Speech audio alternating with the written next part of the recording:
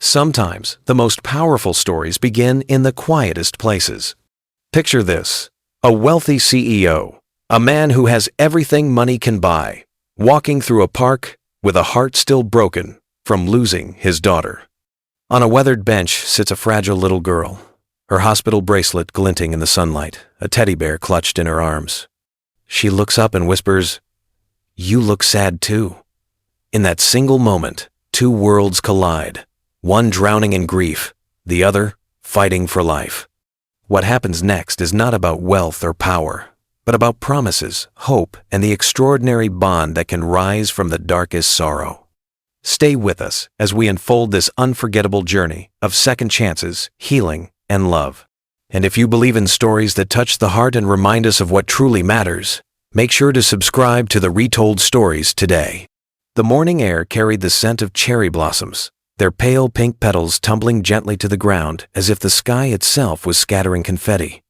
Bennett walked the path with the measured stride of a man who had long ago learned how to move forward even when his heart had stopped keeping pace. His overcoat was pressed, his shoes gleamed, and his collar shielded him against the crisp breeze, but none of it could protect him from the emptiness inside. Around him, families laughed, joggers passed by, children's voices floated across the park, but he heard none of it. Beauty no longer reached him, not since the accident. Not since his daughter Claire. The petals swirled like tiny dancers in the air, catching the sunlight as they fell. Once, those blossoms had been a source of joy.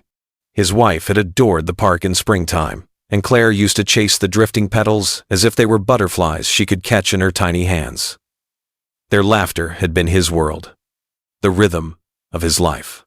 Then came the crash, sudden and merciless, and the world had been torn in half. Now he returned to the park, not for beauty, not for peace, but as a way of refusing to forget. He came back to remember what he had lost, even if it hurt. As he rounded the bend near the old stone fountain, he saw her. A little girl, no more than 6, sat alone on a weathered bench. Her legs swung just above the ground, her tangled curls catching the light. In her lap rested a teddy bear with one eye missing, its fur worn thin from too much love. Her pink sweater was too light for the cool air, and her sneakers did not match. For a fleeting second, Graham thought he might pass by. He was not in the habit of noticing children anymore. But then she spoke, her voice soft and matter-of-fact, as though she were speaking to the squirrel perched on a nearby tree. "I do not think I am going to get better," she whispered. "But the sun still feels nice." Graham froze, his body betraying him before his mind could catch up. The words pierced through the fog that had dulled his senses for years. His breath caught, his chest tightened, and the world seemed to still around him. Slowly, he turned toward her, unsure why he could not walk away. Her eyes, too large for her fragile face, looked up at him. Despite the weariness in her cheeks, her gaze was bright, startlingly alive. A thin hospital bracelet encircled her wrist, catching the light in a way that felt almost cruel. For a moment, neither of them spoke. Then she tilted her head and said quietly, "You look sad too." The words carried no pity, no judgment, just truth. And in their simplicity, they struck him like lightning against an old wound. His throat tightened, his carefully guarded silence cracking open. She patted the space beside her with the solemn authority only children seem to possess. "You can sit if you want. I do not bite." The faintest curve tugged at the corner of Graham's mouth. Not quite a smile, but something close. He lowered himself onto the bench, careful not to disturb the fragile peace that seemed to hang in the air around her. "What is your name?" he asked, his voice rougher than he intended. "Lily," she replied. "Lily Carter." He nodded slowly. "I am Graham." She tilted her head, considering him. "Just Graham?" He let out a breath. "Just Graham." She smiled faintly. "Okay, just Graham." A gust of wind stirred her curls, and she brushed them aside with practiced patience. The teddy bear slipped from her lap, and she caught it quickly, hugging it tight. Graham's eyes landed on the faded sticker stuck to its chest, Pediatric Oncology Wing. His stomach clenched, the words an arrow straight into his past. "Where is your mom?" he asked gently. Lily pointed to a tall apartment building at the park's edge. "She is working. Maya said I needed air, so I came here." She brightened a little, adding, "Maya's my nurse. Kind of like a superhero, but with medicine instead of flying." Graham felt an unexpected pull at his lips, a smile born without his permission. He studied her quietly. Her face was pale, her cheeks too thin, her small hands trembling faintly as they clutched the bear. And yet, there was strength in her calmness, a resilience he recognized too well. It reminded him of Claire's last weeks, the quiet bravery that children should never have to carry. "Do you come here often?" he asked. She nodded. "When I feel good enough. I like the trees. And sometimes people leave breadcrumbs for the birds, but I think the squirrels eat them first." Her whisper of a laugh startled him, tugging something loose in his chest. He had not laughed, not even quietly, in years.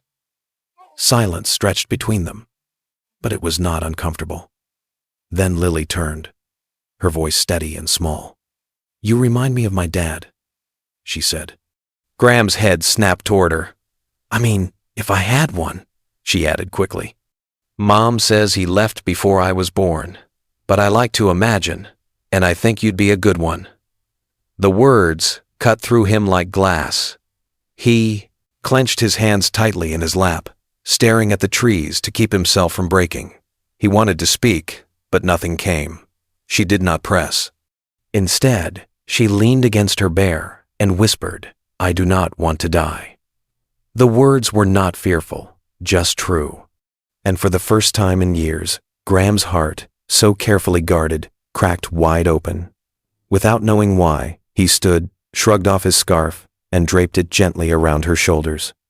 "You need something warmer," he said quietly. Lily smiled faintly without opening her eyes. "Thanks, just Graham." He lingered there, rooted by something he could not name. Then, almost against his own will, he asked softly, "Would you like me to walk you back to Maya?" She opened her eyes, blinking up at him, and then nodded. "Okay, but you have to promise not to disappear after." Graham hesitated only a second before answering, "I promise." And for the first time in years, he meant it. That night, Graham could not sleep. He poured a drink out of habit but left it untouched on the counter. The silence of his penthouse, once a refuge, now felt unbearable. Lily's voice lingered in his mind. The way she had looked at him. The way she had said, "You look sad too." The way she had whispered, "I do not want to die." Her words replayed endlessly, like a melody without an end. He realized with a start that a promise had been made, and unlike so many things in his life since Claire's death, this one mattered, and somehow he already knew he could not walk away.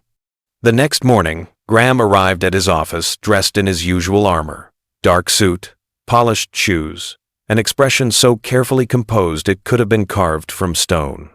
But beneath the surface, everything had shifted. His assistant handed him a stack of reports, voices buzzed around the boardroom, and executives awaited his decisions, but none of it landed. Words blurred into meaningless sounds, charts swam on the page. He could not stop thinking about the little girl in the park, about the hospital bracelet that had caught the light like a fragile chain binding her to something far heavier than childhood should ever bear. He excused himself from the meeting, ignoring the surprised looks.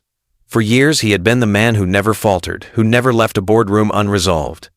Now he found himself walking away, his steps taking him not to the glass tower of his empire, but back toward the park. He almost expected her to be gone, like a dream dissolving with the daylight. But she was there, sitting on the same bench, this time with a young nurse by her side. The girl's face lit up when she saw him. "Just Graham," she called. His chest tightened at the sound of it, the recognition, the trust. The nurse, Maya, greeted him with polite curiosity. Lily introduced him as though she had known him all her life, as though she had simply been waiting for him to return. He sat beside her again, their conversation picking up in the effortless way that only children seem to manage. She fed breadcrumbs to the pigeons, her small hands trembling slightly, yet her spirit unshaken. At one point she said, "You remind me of what a dad should feel like." The words nearly undid him, but he nodded, swallowing the storm that threatened to break loose inside. Days turned into a rhythm. After work, Graham found himself at the hospital. Room 312 became a place he knew better than his own living room. Lily welcomed him with the joy reserved for someone who showed up when they said they would. He brought cocoa and real mugs, the kind his daughter used to love. Small gifts like markers and sketch pads, anything that might bring color into her sterile room. They read stories together, sometimes drawing suns with smiling faces. She once made him wear a paper crown, declaring him her royal helper. He had not worn anything so ridiculous in years, yet he wore it with pride. Elena, Lily's mother, was guarded at. First, she had carried everything on her own for so long that trust did not come easily. She looked at Graham's tailored clothes and measured words with suspicion. She told him bluntly that they did not need charity. But Graham was not offering charity. He simply kept showing up. Slowly, she began to see the truth. He brought not pity, but presence. He was there when Lily needed someone to listen, someone to make the hospital walls feel less suffocating. Late one evening, Graham lingered after Elena had stepped into the hall for a phone call. Lily showed him a drawing she had made. It was a simple picture, her mother, herself, and an empty figure waiting nearby. "I left that one blank," she explained, "for someone who wants to stay." Her small hand pushed the paper toward him with a seriousness that made his throat tighten. "Can I be that someone?" he asked quietly. She studied him, then set down her crayon and took his hand. "You already are." It was the kind of acceptance that no amount of money could buy, the kind of truth that reshaped a man. The more time he spent at the hospital, the more he noticed Elena's exhaustion. She carried herself with quiet strength, but the strain was written on her face. One night, he found her dozing in a chair beside Lily's bed, her head tilted back, dark circles beneath her eyes. He fetched a blanket and draped it over her shoulders, the gesture as instinctive as breathing. She startled awake and looked at him differently after that. Softer, though she said nothing. Then came the words no one wanted to hear. Dr. Patel, calm but grave, explained that Lily's condition had reached a critical point. Without a bone marrow transplant, she would not survive. Elena clung to hope, speaking quickly of registries and international donors, but the doctor's eyes said everything. Matches were scarce. Time was slipping away. Graham felt the weight of silence pressing in on him. For the first time in years, his wealth, his influence, his power meant nothing. None of it could buy her more time. But there was one option. A partial match. Riskier, imperfect, but possible. The doctor's eyes rested on him, the unspoken question hanging in the air. Graham left the room without a word, his chest tight as though the walls themselves were closing in. Alone in the parking garage, he broke. For the first time since Claire's death, he allowed the sobs to come, raw and shattering. He leaned against the cold concrete, every breath a struggle. He thought of Claire's laughter, of the way Lily had whispered, "I do not want to die." And he knew he could not stand by. He would not lose another child. The tests confirmed what the doctor suspected. Graham was not a perfect match, but closer than anyone else. It would be painful, the recovery difficult, complications possible, but none of it mattered. "I will do it," he told Patel firmly, cutting off any attempt at caution. "Just give her a chance." He underwent the procedure quietly, without telling Elena or Lily. He did not want them to carry the fear with him. When Elena discovered him in recovery, pale and stitched, she whispered through tears, "You idiot. Why would you do this?" He looked at her, weary but resolute. "Because I already lost one daughter. I could not do it again." When Lily woke after the transplant, her first words were, "Did it work?" Elena smiled through tears, assuring her that she was safe. Lily looked around, searching. "Where is Graham?" Her mother told her he was resting. Lily pressed her small fingers to her teddy bear and whispered, "He gave me his magic, didn't he?" Elena laughed through her tears. "Yes, sweetheart, he did." From that day forward, something shifted. Lily's strength began to return, slow but steady. Graham, still sore from his own ordeal, returned to her bedside, where she pressed a small heart sticker onto his hand. "For brave people only," she whispered. And for the first time in years, he believed it might be true. Spring deepened, and with it, life seemed to return not only to the trees and blossoms, but to a small hospital room where laughter had found its way back. Lily's recovery was not instant, and it was not easy. There were days when her face still turned pale, when fatigue stole her energy, when the shadows beneath her eyes betrayed the battle her body continued to fight. But there was also light, unmistakable light, in the way she hummed while coloring, in the way she whispered songs to her teddy bear, in the way her eyes sparkled each time Graham entered the room. He had become more than a visitor. He was an anchor, steady and unshakable, a reminder that promises could still be kept. He came every day, sometimes carrying cocoa, sometimes bringing stories, sometimes carrying nothing more than his presence. Lily needed all of it. So did Elena. Slowly, Graham discovered how to be part of their world. He learned to heat soup in the nurse's microwave, to braid Lily's curls with clumsy fingers, to sit in silence when Elena could not find words but still needed someone beside her. These were not grand gestures. They were small, ordinary acts, but each one stitched him more firmly into their lives. He had spent years building an empire, but here, in this quiet place, he was learning how to build something far more fragile and far more important. One afternoon, as sunlight streamed through the hospital window, Graham unfolded a crayon drawing Lily had given him. 3 stick figures stood beneath a house with a bright yellow sun above. Unlike her usual suns, this one had freckles, just like Claire had. He placed it on his refrigerator at home, the first piece of color in a kitchen that had long felt frozen in grief. For him, it was not just a drawing. It was a declaration. He was not just visiting anymore. He was returning, choosing a life he had once thought impossible. Elena noticed the change, too. One evening, she found him asleep in a chair beside Lily's bed, a blanket tucked carefully around the child. She watched his hand resting protectively on the sketchbook at her side. In that moment, she understood that he was no longer a stranger drifting in and out of their lives. He was staying, even if her heart, so guarded for so long, trembled at the thought of allowing it. Later that night, in the quiet of the hallway, she asked him softly, "Why us, Graham?" He met her gaze, his voice low but steady. "Because I lost my daughter, and for a long time I believed that meant I could never be a father again. But Lily did not ask me to be perfect. She just needed someone who would stay." As the weeks passed, Lily grew stronger. Graham brought her a small potted plant, a sprout they named Claire's Light. Together, they placed it by the window, promising to care for it every day.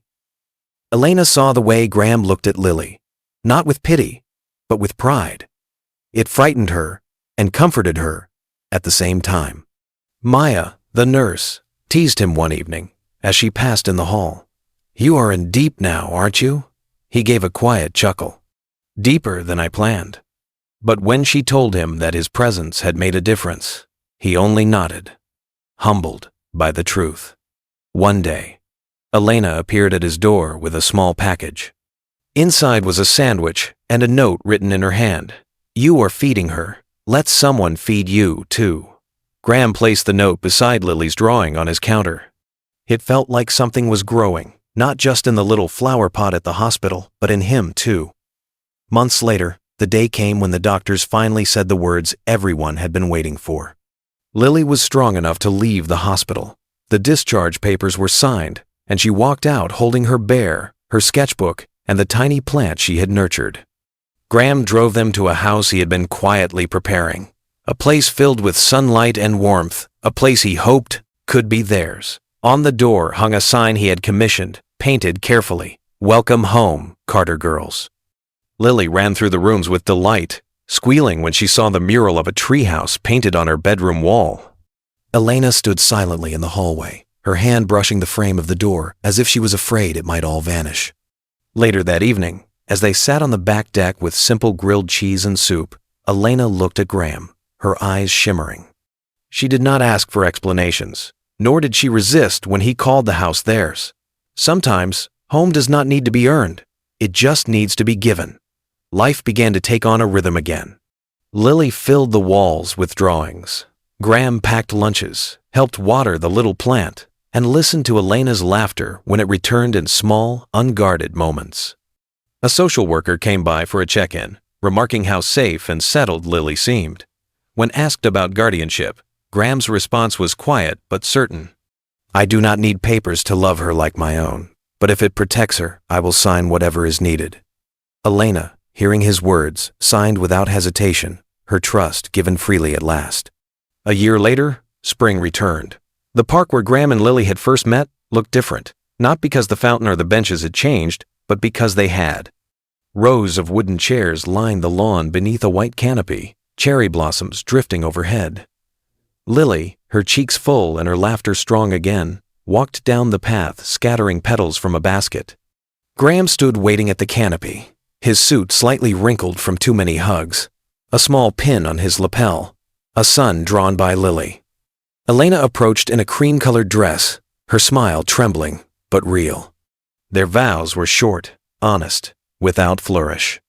She took his hands and whispered, "You gave her life, and you gave me back mine." He replied, "I thought I had lost my heart forever, but you and Lily gave me a reason to open it again." When they kissed, Lily clapped and shouted, "Best day ever." Later, Graham slipped away to the old bench where it had all begun. He sat quietly, remembering the man he had been that day, lost, hollow, unreachable. A soft hand touched his arm. Lily climbed beside him, wearing a flower crown, holding a drawing in her hands. She unfolded it carefully. 3 figures stood beneath a tree, a sun smiling above, a heart connecting them all.